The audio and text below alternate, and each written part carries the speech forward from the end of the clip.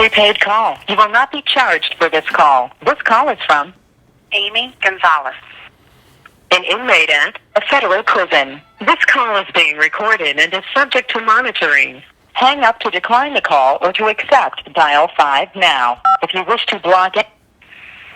Hey, Amy, it's good to hear from you. Hey, Rudy, you too. How are you doing? We're doing good. It's been hectic all day, but I was expecting your call and glad it came in. There is a couple of things I probably should share with you right off the bat.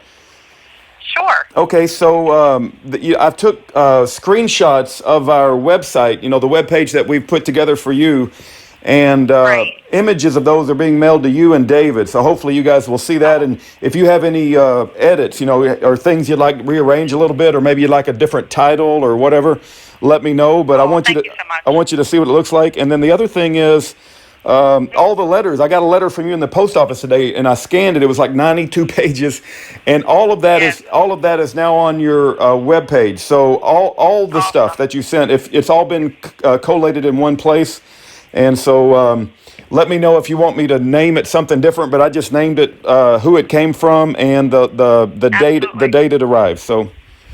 Great. Thank you so much. I appreciate it. And I'm working on now more to come. Okay, good deal. Good deal.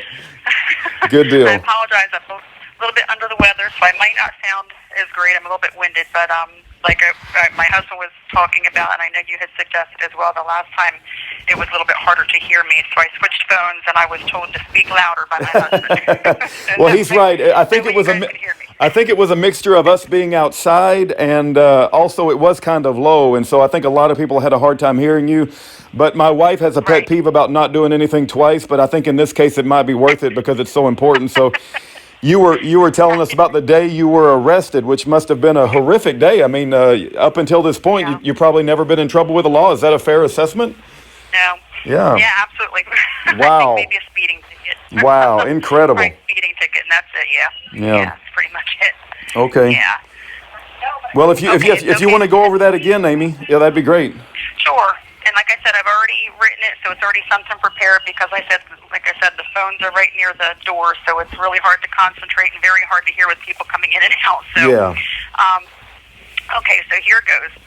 After the courthouse shooting, I was adamant that my father was not cremated and buried until I had the autopsy report showing he had this left frontal lobe meningioma. People with frontal lobe tumors suffer from impaired reasoning and judgment, as well as being unable to determine the consequences of their actions. Suicidal tendencies in people diagnosed with frontal lobe tumors increase fourfold. Some of the associated symptoms are aggressive behavior, irritability, anxiety, and impulsiveness. We were told by the medical examiner of the state of Delaware, Dr. Callery, that my dad would be buried in a cemetery in Delaware. My dad's wishes were always to be cremated and buried with my brother Michael in New Jersey. And that is not a conspiracy because I knew my dad's final wishes because my entire family, aunts, uncles, grandparents, knew my dad wanted to be cremated and buried with my brother and the rest of our family. I couldn't allow him to be buried somewhere else, and he needed to preserve proof of his brain tumor. I asked one of the doctors I worked with in Texas to get the results, but they wouldn't give them to him because he was not my father's physician. I called one of my dad's previous surgeons that I worked with in the hospital in New Jersey, and they wouldn't relinquish the results to him either because he had not been his doctor for 10 years or less. I contacted Dr. Gonzalez, his primary care physician in Texas, to get the autopsy report before cremation and proper burial. In April of 2013, I finally buried my dad with my little girl, my mom, aunts and uncles, close family, and a few friends. I just want to say that my brother, like I said, was not able to even attend to bury our father together because he had been incarcerated for violation of probation. This is about the day that I was arrested. I was called by FBI agent John Wardle from the McAllen FBI office around August 6, 2013, to let me know that I needed to come pick up a package that was released from Delaware. Since my brother David was supposed to be released on August 12, 2013, after they arrested him the day of the courthouse shooting for violation of probation, I figured it was some of my brother's belongings, wallet, ID, things of that nature. I told Agent Wardle that the first day of my vacation, since I had only had 2 weeks after being a nurse of that time, I guess 24 years, approved. I'd never had 2 weeks vacation together. I had asked him, since the first day of my vacation was on August 8th, 2013, if it would be okay if I went to pick up the package to them. He said sure, and that was the end of that conversation. Agent Wardle called me back and asked me to have my mother, Lee, accompany me to the FBI office because some of the things from their home were also being released. On August 8th, I told my little girl, Tatiana, that I would be back in a little bit to help her finish the ship we were building out of a shoebox for her Uncle Dave to sail back home to us in. This call is from a federal prison. I said I have to run an errand with Grandma, and I'd be home and we could start our vacation. We paid for 2 days at South Padre Island and 2 days in San Antonio. My husband, 2 children, and I could try to feel somewhat normal again after this horrific tragedy. We arrived at the FBI office and were told by the FBI agents that my mother and I couldn't go back together according to their policy. I thought that was weird because I didn't know why we had to go back anywhere to just pick up and sign for a package. They took Mom back first and then me and put us in separate rooms. They told me that I was going to have a very difficult, trying day, and I asked them why. They proceeded to tell me because I and my mother and brother were all under arrest for conspiracy, cyber stalking, and then my mother and brother for interstate stalking. I thought they were joking. I left my little girl that day and never went back home again. On the day to the police station, FBI agent Joseph Gordon said with a big smile across his face that my brother will never see his children again. And I just thought, what a terrible thing for a man to say about another man, let alone another human being. FBI agent John Wardle told my husband and I, don't worry, you'll be okay. I don't think a life sentence in prison is being okay.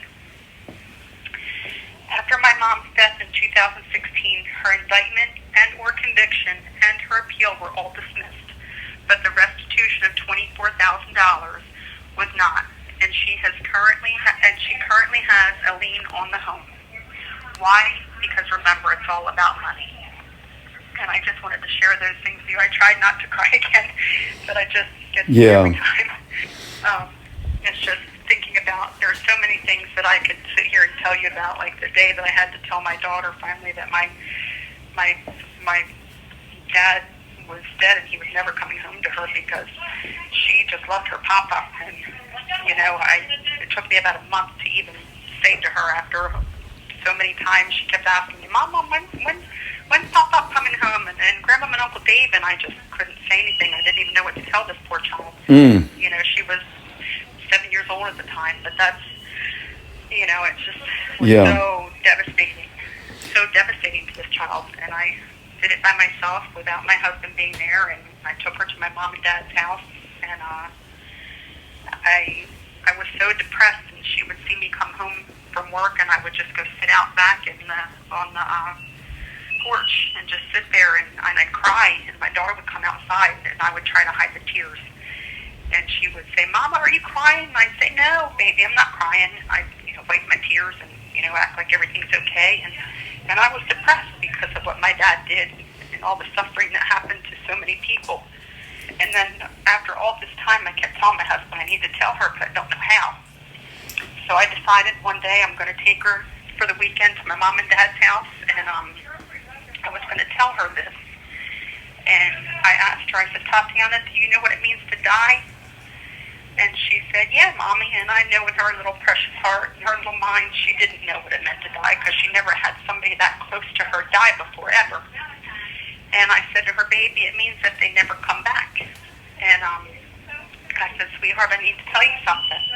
And she just looked at me and she said, yes, Mama. And I said, baby, I need to tell you that Papa passed away, sweetheart, and he's never coming home. And she looked at me and she just started with a blood-curdling scream that came from this poor child. Yeah. I just said to her, I mean, you can't tell her your papa just killed people and then he killed himself. I mean, she was so little, she didn't understand that. Right. And like I had to tell the media, please let me tell our daughter about time because I don't want her to learn of this tragedy from anybody but her mom and dad. And I told her, I said, Papa had a brain tumor. I said, and it stopped his heart.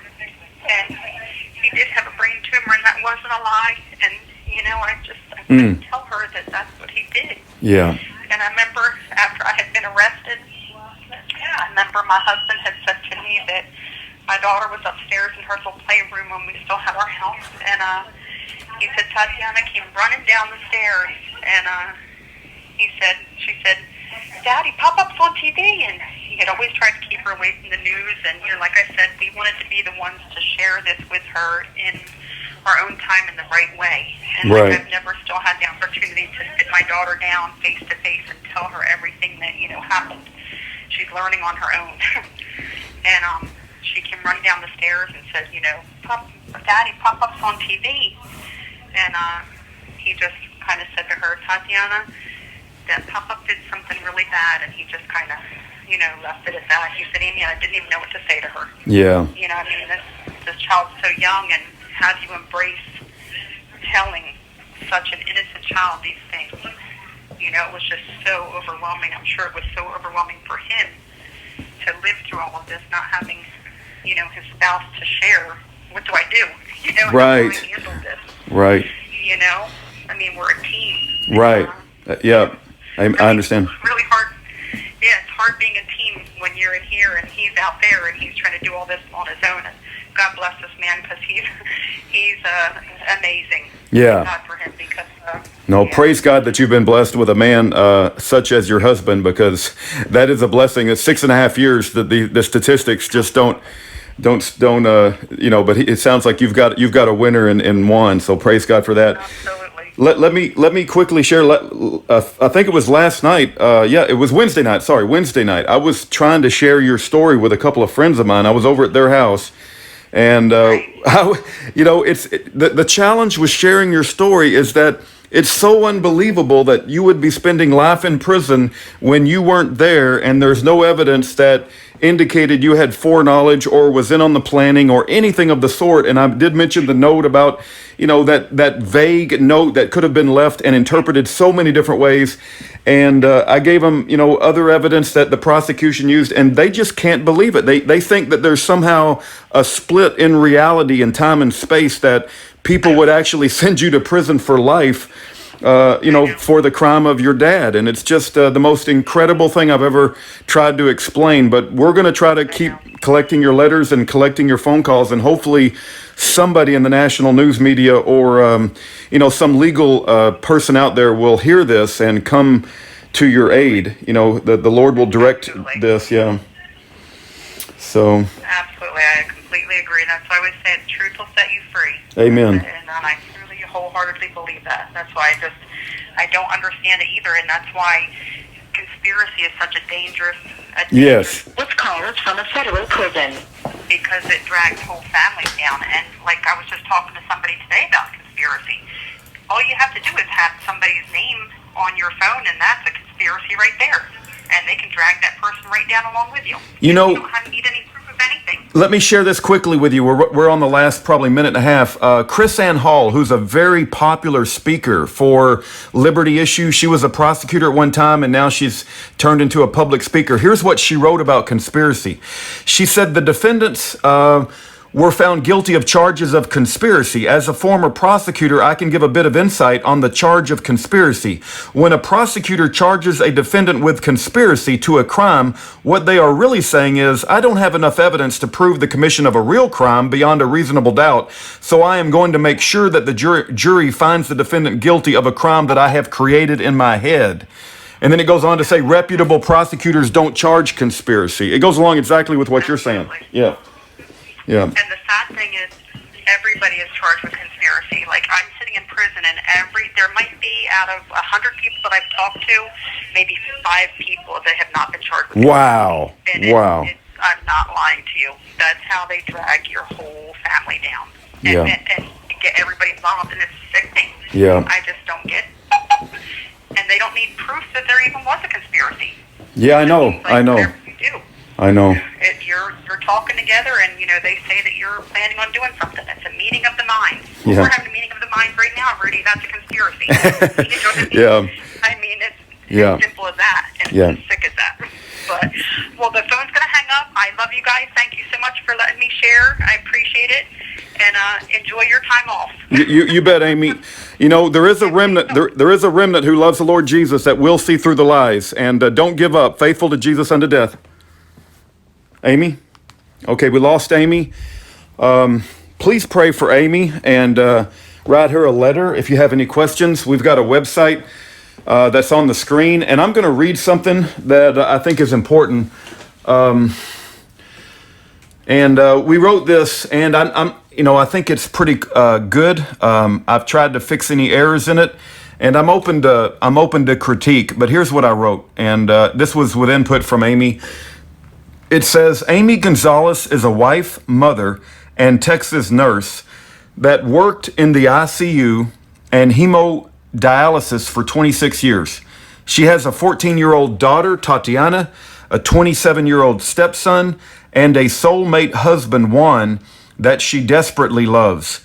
The vast majority of reporting on the internet is propaganda, lies, and biased against Amy's family and intended to make her entire family out to be monsters. In America, we do not imprison the entire family for the actions of one criminal. Amy has now decided to go public with her case and tell everyone the truth, which goes against her lawyer's advice.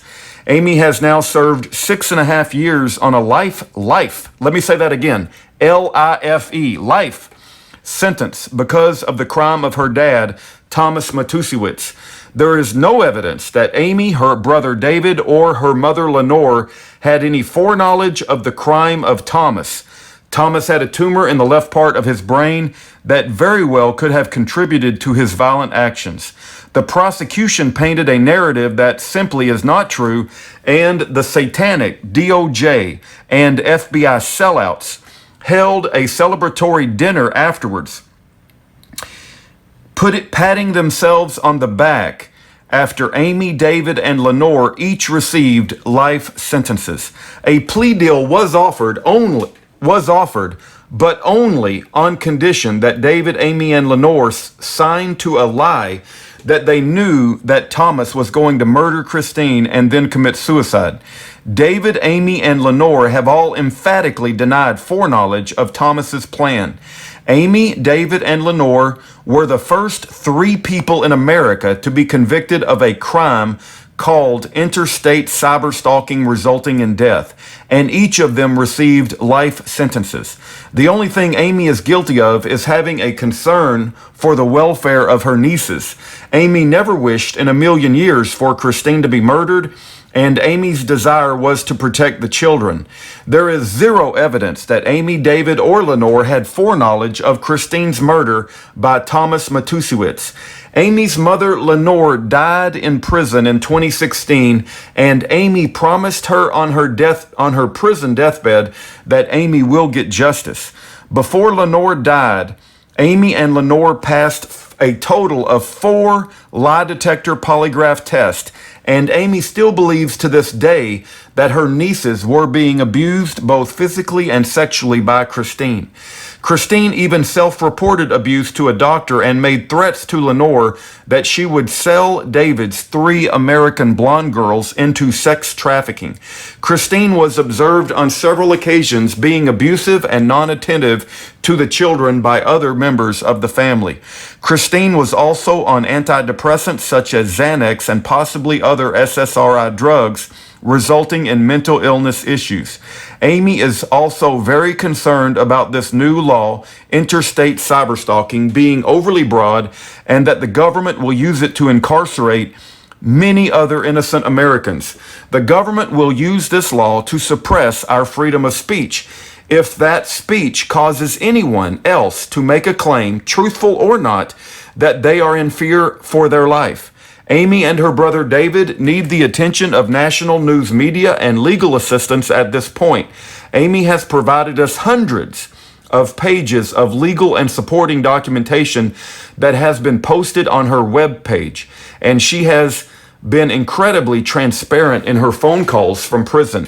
Amy encourages all people to write to her with any questions that they may have. Amy's webpage is Year of Jubilee. Jubilee is spelled with one E, just like it's spelled in the King James Bible, Jubile, Year of, Jubile, / lowercase AMY, Amy. All right, please look up her case, educate yourself. This is an important case for all of America and for Amy and her family. She has a daughter, a stepson, and a husband that she loves very much and wants to get back to. I encourage you to write her a letter. Thank you for your time.